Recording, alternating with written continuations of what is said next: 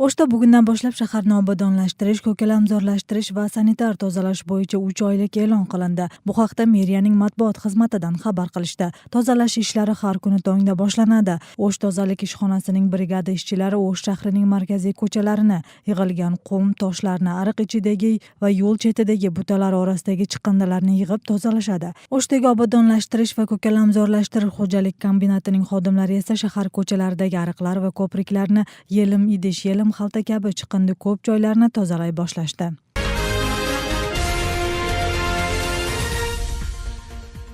O'lkaning janubiy hududida kuchi 3,5 balga yetgan zilzila sodir bo'ldi. Seysmologiya institutining ma'lumotiga ko'ra, zilzila 28 fevral kuni soat 23:27 lar atrofida sodir bo'lib, o'chog'i O'sh oblastining Aravon rayoni bo'lgan. U O'sh shahridan 40 chaqirim janubiy g'arbda, Qizilqiya shahridan 25 chaqirim shimoliy sharqda joylashgan. Zilzilaning kuchi Novqat rayonida, Nayman, Ko'kjar qishloqlarida va Aravon rayonining Qizilqo'rg'on qishlog'ida 3,5 balga, Qizilqiya shahrida, Novqat rayoni markazida 3 balga, O'sh shahri va Aravon rayoni markazida 2,5 balga sezilgan. Dastlabki ma'lumotlarga ko'ra, zilziladan jabrlanganlar va vayronalar yo'q.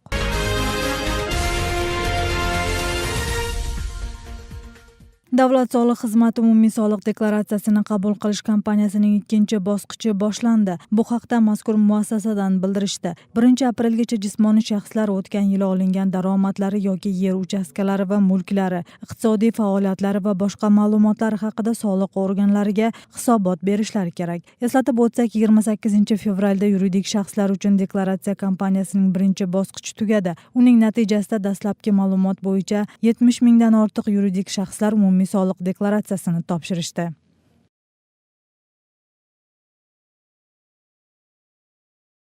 Haj safariga ro'yxatga olinganlarning 1,5 mingga yaqini kelasi yili ziyoratga borishadi. Musulmonlar din boshqarmasining tushuntirishicha, oldindan to'lov olib borib, elektron navbatga turgan so'nggi 1,5 mingga yaqin odam Makkaga kelasi yili borishadi. Ular keyingi navbatda oldingi o'rinlarda turishadi. Ta'kidlab o'tsak, haj safariga 7 ming kishi ro'yxatga olingani bilan Saudiya Arabistoni 5400 kvota ajratgan. Makka shahriga borib ziyorat qilishni istaganlarning ko'p qismi O'sh oblastidan bo'lsa, eng ozi Norin hududiga to'g'ri keladi.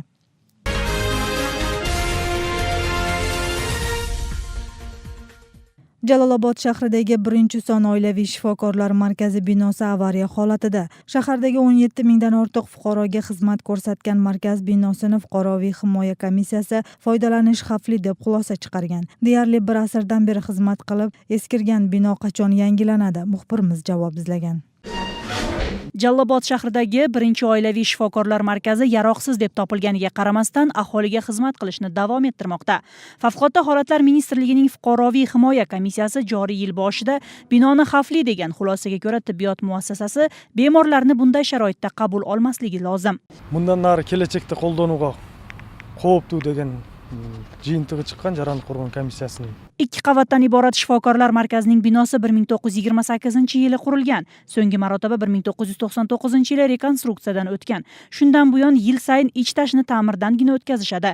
Binoning ichki qismi yog'ochdan qurilgani uchun yil o'tgan sari chirib nurash arafasida. Ichki qurilmalari, shiptari, ortqi dubaldari, pay dubaldari cho'ga boshlagan, poldori chiriy boshlagan hozirgi uchurda.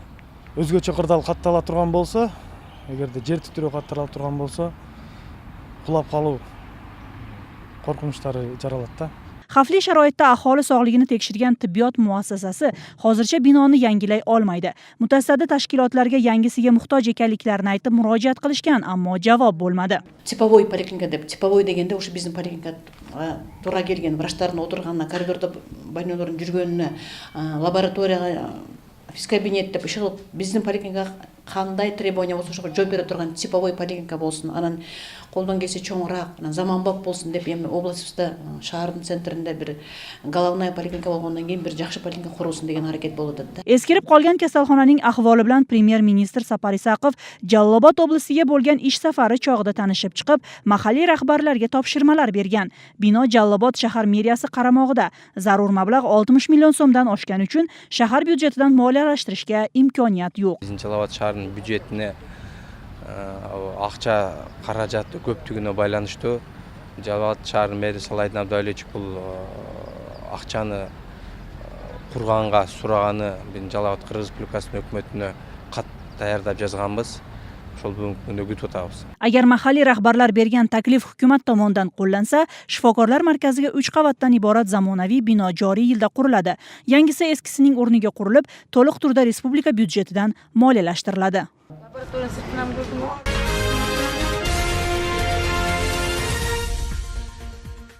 Air Qirg'iziston kompaniyasini 2018-2020 yillarda xususiylashtiriladigan mulklar dasturiga kiritish ishlari bormoqda. Bu haqda Davlat mulk fondidan xabar qilishdi. Mustaqil baholash kompaniyasi Air Qirg'izistonning sotuvga qo'yilgan 49% aksiyasini 188,8 million so'm deb baholagan. 2016-yilning 6-sentyabrida ariza tushmagani sababli investitsiya tanlovi o'tmadi deb topilgan edi. Hozircha aksiyalarni sotib olish bo'yicha investorlardan rasmiy ariza tushmagan. Mazkur aviakompaniya rahbariyati Qirg'iziston aksiyalarining 49%ni sotuvga chiqarganini, xorijliklar uning 51%dan ortig'ini olishni rejalashtirayotganini xabar qildi.